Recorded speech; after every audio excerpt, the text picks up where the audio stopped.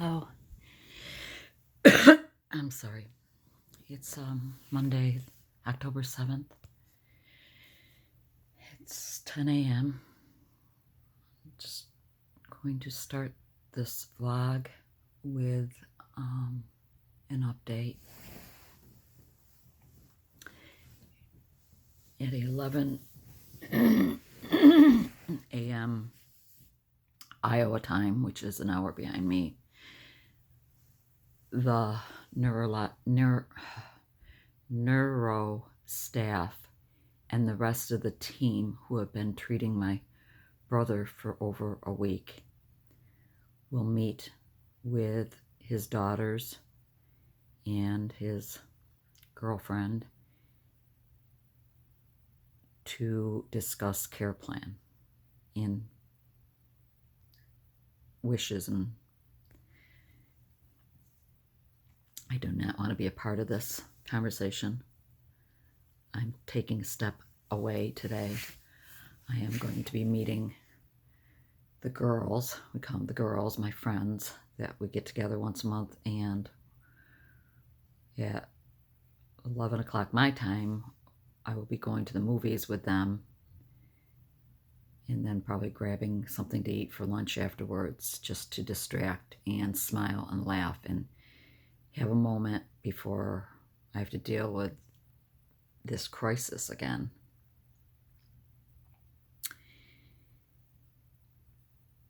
He is still non-responsive. He has not gotten any better. They have gotten his fever under control. He's no longer running a fever, but he's unable to breathe on his own whatsoever. And so they're going to do a tracheotomy, so they don't, to keep him intubated and see how he does with that.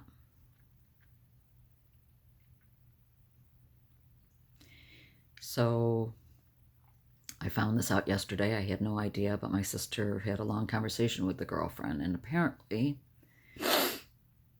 as he was going in for the craniotomy last Sunday morning, a week ago yesterday, the emergency craniotomy, that he would have died without it,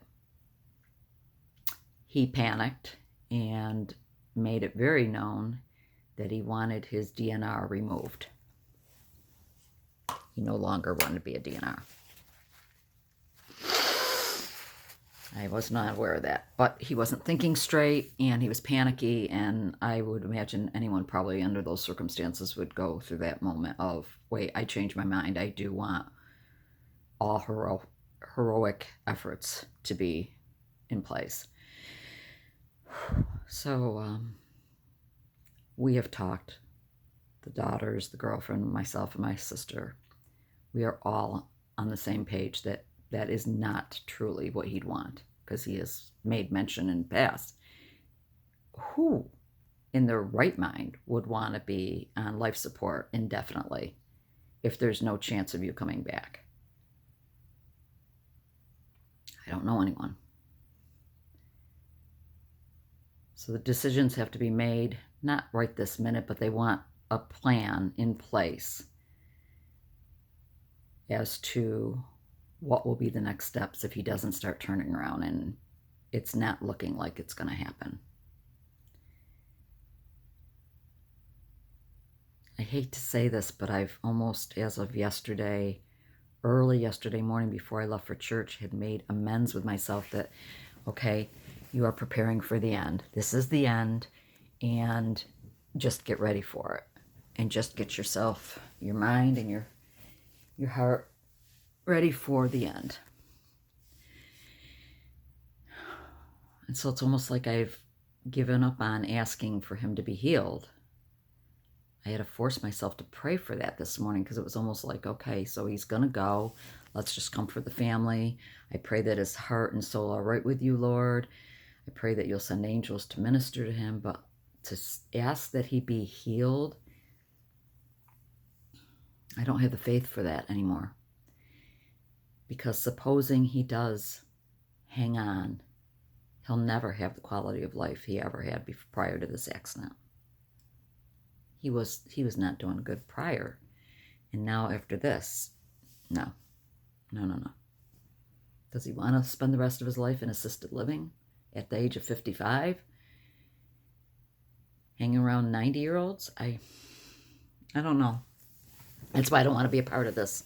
We will all do a video chat after the fact. After I get home later this afternoon, then we're going to do a video chat, and they will tell me what was discussed. They will share everything, and I will say, okay. I can see that all the stress is making me take some steps backwards in my healing process. I have been dealing with some symptoms again. I'm not going to get into it because it's just, don't want to sit here and whine and cry about myself, but I'm fighting it, battling it, and I'm not giving into it. I refuse to give into it. If I still, as I've always said, if I can get up and walk and talk and breathe, I'm going to do it. No matter what else is going on in my head, my body, I'm going to do it. I'm not going to lay down and just take it. So yesterday I went to church, came home, brought my girlfriend home with me, made dinner for us. We all had dinner. She hung out with me until late in the afternoon. We just talked and talked and talked and chatted and laughed and just, she's one of the friends that will be there today. Actually, I'm leaving in just a minute to go pick her up to go. And then from there, she went home and I got in the car and drove half an hour away to visit another good friend of mine whose mother's been in the hospital for now as of today, going on 8 weeks. And is really struggling for her life. And I went and spent some time with her and visited with her because, as I've said, that's my ministry now, is to give to others as much as I can and spend time with others as much as I can.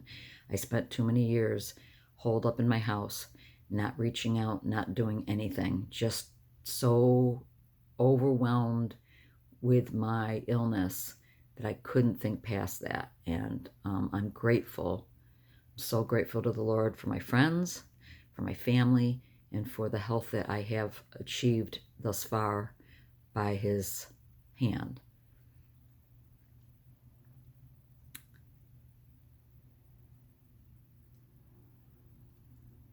So I'm keeping it together. Thank you for your prayers. The support of all the people who donated to the fund was overwhelming. So we got the girls there Saturday morning. They were there Saturday. They got on the plane Saturday morning and were there Saturday late afternoon. And by no means would that have happened without the GoFundMe. So I'm thankful and grateful for anyone who donated to that. I hate GoFundMes, by the way. I don't agree with them for the most part. And it wasn't even my idea to do it. Literally, it was my sister's. I went along with it because I have a distaste for GoFundMe. Don't ask me why. I just do. That's my personal thing. I just do. But she put it in place, and mostly people who know me, that was so heartwarming. Wasn't even a lot of people who know him. There's a lot of people who know me that donated, and that meant so much to me. It just showed me the love. So that's my update as of Monday morning, and I will try, if not today, in the next day or two, to come back on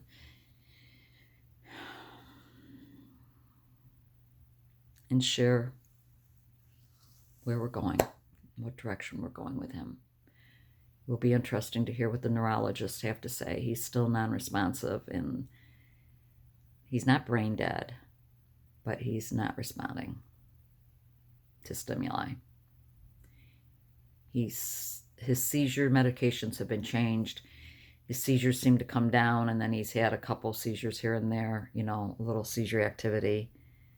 He's got involuntary movement only on his right side. His left side, there's no movement at all. But it's involuntary movement. It's just like twitches and stuff. I think I've covered everything, guys. My mind is just, I'm everywhere and nowhere. God bless you all. Keep praying. I love any of you that we know personally, and anyone that I don't know and that you've come on. Thank you for coming in and sharing my story with me. And bye-bye. Hi. It's Tuesday. Could not come back on yesterday. It was just too emotional. Our greatest fears and our greatest worries have come true. The staff met with my nieces and his girlfriend. My sister was on speakerphone listening in on the conversation. I'm glad I went out with my friends and was not a part of it, because I would not have been able to keep my mouth shut. But I won't go into all his medical problems, but he's so sick that simply by pulling his blood pressure medication away from him, they said he would slip away quickly, probably within less than 24 hours. That's how sick he is. That doesn't count all the other things he has. Of course, they wanted to know what was,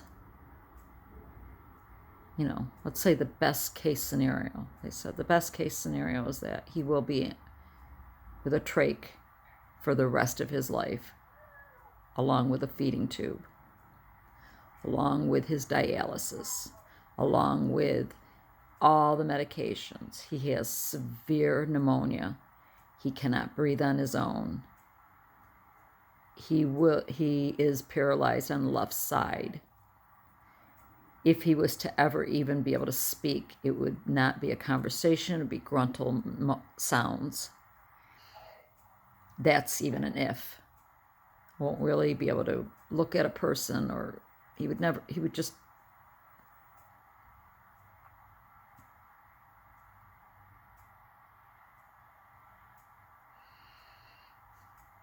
So,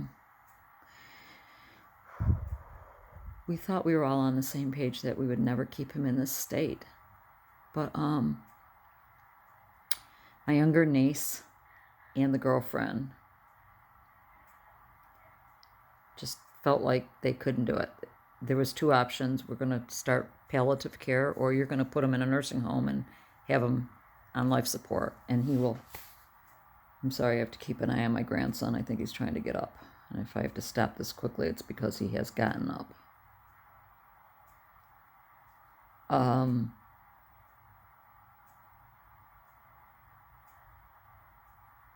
don't even know what I was just saying. I can't remember anything.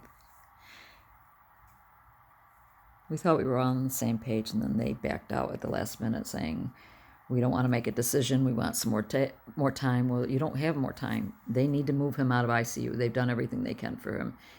Palliative care, which he will die probably within 24 hours. There's no way he could survive because he can't breathe on his own. He would die very quickly. Or we do the alternative, which none. That's not what he'd want. But the girlfriend and the younger niece were backing out. And okay, so let me just fast forward, because I just don't want to go on and on about this, because I don't want to lose my composure again. The girls had to go home today, and I spoke to both girls late last night, trying to, hear where they're coming from. And my older niece was on board with me, like, no, I don't want to see my papa doing this, and we have to leave tomorrow. We're saying our goodbyes tomorrow. We know we're never going to see him alive again. And yet the younger one's like, I want to see if there's any improvement. And I'm like, did you hear the doctors? There's no improvement, sweetheart. He will never be your papa again. And then I shared a story of me caring for a gentleman in hospital. and the horrors that I had to witness with that because the wife wouldn't let him go. So my sister and I spoke to both girls again this morning on a conference call. And again, my niece, the younger niece, was like very hesitant to be on board with go ahead with the palliative care. I'm going to go and spend time with him before we have to board the plane, but I think we need another 24 hours. Like, for what? Nothing's going to change in 24 hours. And then she sent me a picture of him, and it was horrific.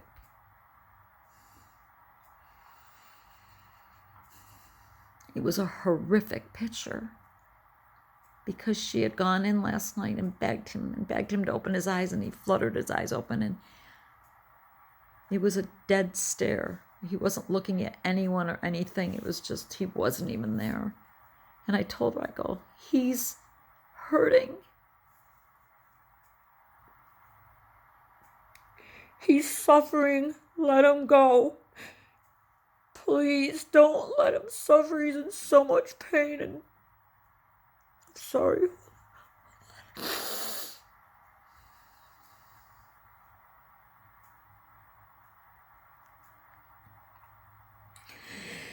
So the girls went back up to the hospital today before they got on the plane, and the neurologist, they did another MRI, and the neurologist came in and did a whole,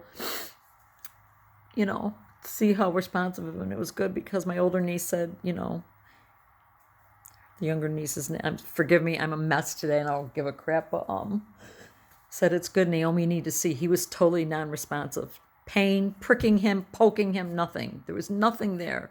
And she goes, Naomi needed to see that he was already gone and yet suffering just because his breathing is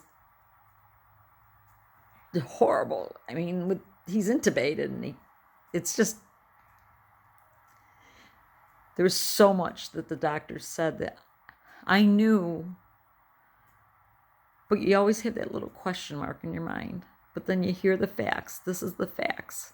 He's never coming back.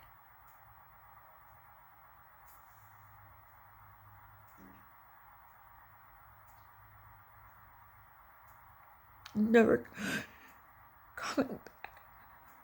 I'm never gonna hear him laugh or have. He was funny. He always made me laugh. I don't know if I need to just get on a plane and get there. My stepmother said she would travel with me.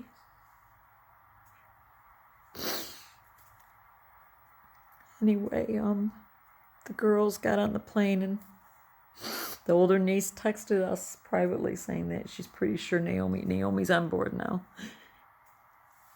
She knows that she saw with the neurologist that this is just torture and it's not the right thing to do. Now we're just waiting for the girlfriend. Now, according to my sister just texted me a minute ago and said she just talked to her again, and she's pretty sure Laura's ready to make the decision. Not today, I don't know. Tomorrow, in the next 24 hours. And so it's like, could I even get there?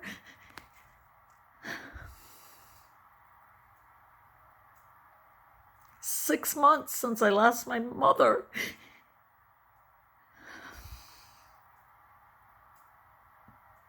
He was supposed to move here and be near me, and I was going to take care of him. We were going to get him on the transplant. His life was going to go on. And that hospital discharged him when he shouldn't have gone home. And now I've lost another loved one. It's 3. 2 brothers and my mother.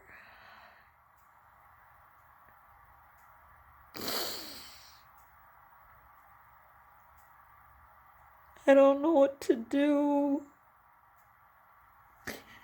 I want to go to his apartment and clean it out. Just be around his things. But the most important thing, I just wanted to touch him and kiss him and say goodbye.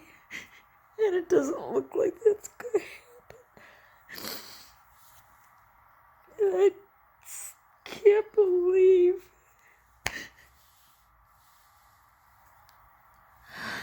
So sorry. This is why I couldn't go on last night. I was just a mess.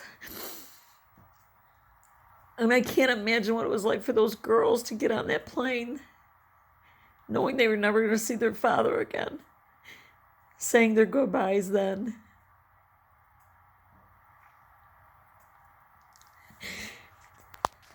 They said it was the most hellish thing they've ever experienced in their life. No one should ever have to live it. And we're not the only ones. I know people have suffered much worse things, but let me tell you, this is worse than any illness. I don't give a darn how sick you are. This is worse.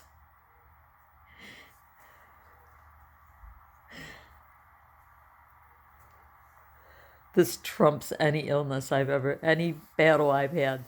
This trumps it.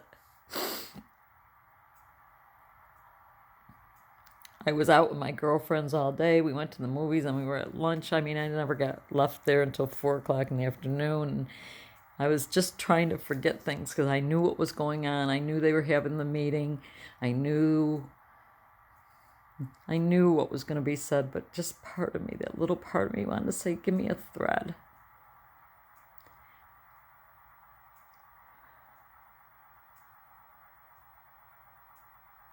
So I don't know what the next 24 hours is going to bring, but my brother is going to die very soon. He's basically dead now. But I wanted to just put something out there, and that's what's going to be the title of this vlog. DNR and DNI. It's called an advance directive for a reason. You want to make your wishes known before the incident happens and you're not able to make that decision. You want people to know, well, my brother had a DNR and DNI. He's a respiratory therapist. He witnessed this grotesque treatment of people his whole career, and he was like, don't ever leave me like that. But in the heat of a panicked moment when he was going into surgery,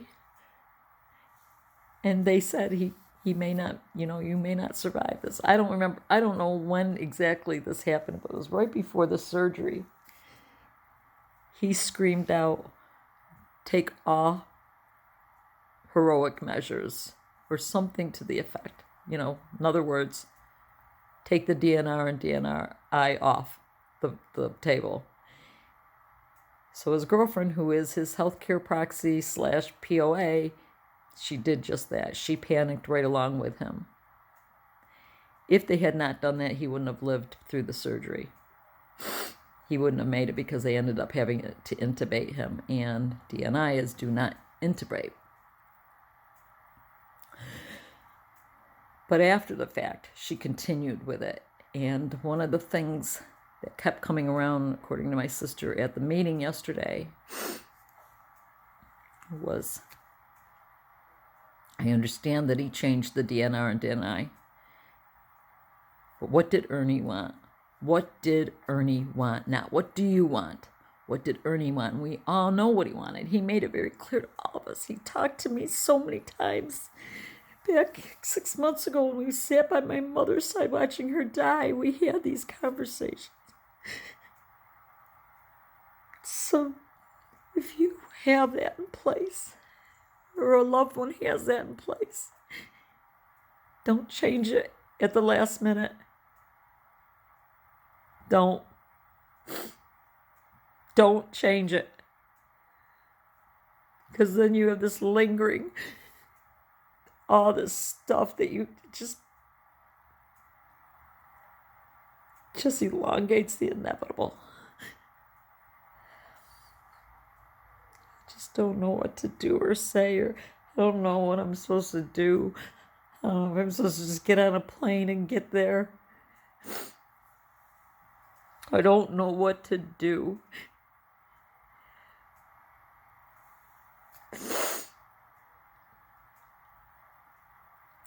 So that's the update.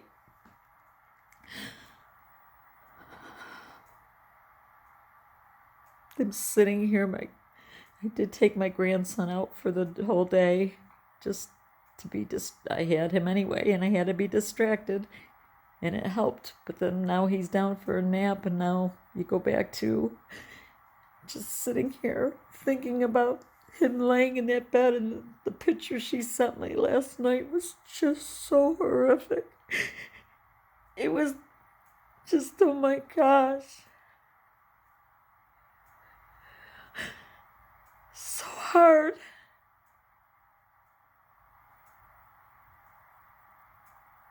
And now it's just my sister and I left. That's it. 6 months ago when Ernie and I sat and talked about this, never in a million years did I believe we'd be doing this 6 months later for him. You never know, guys. You never know. Make right with anyone you can make right with.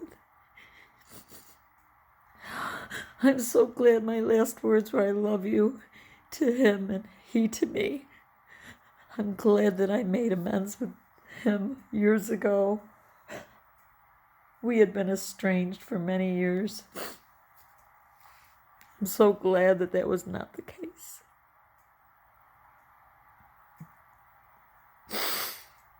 I just wish we had gotten him back here where I could have taken care of him.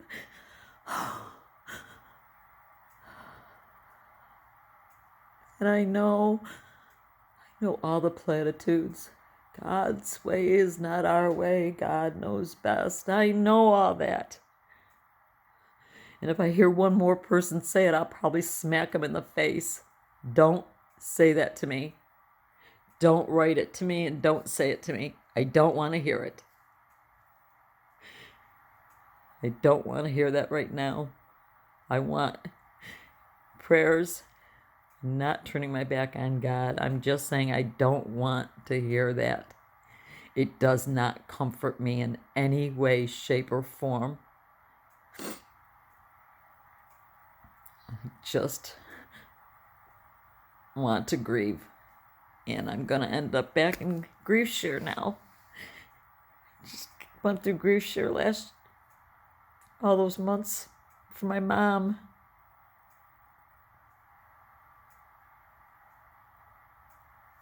I have to end.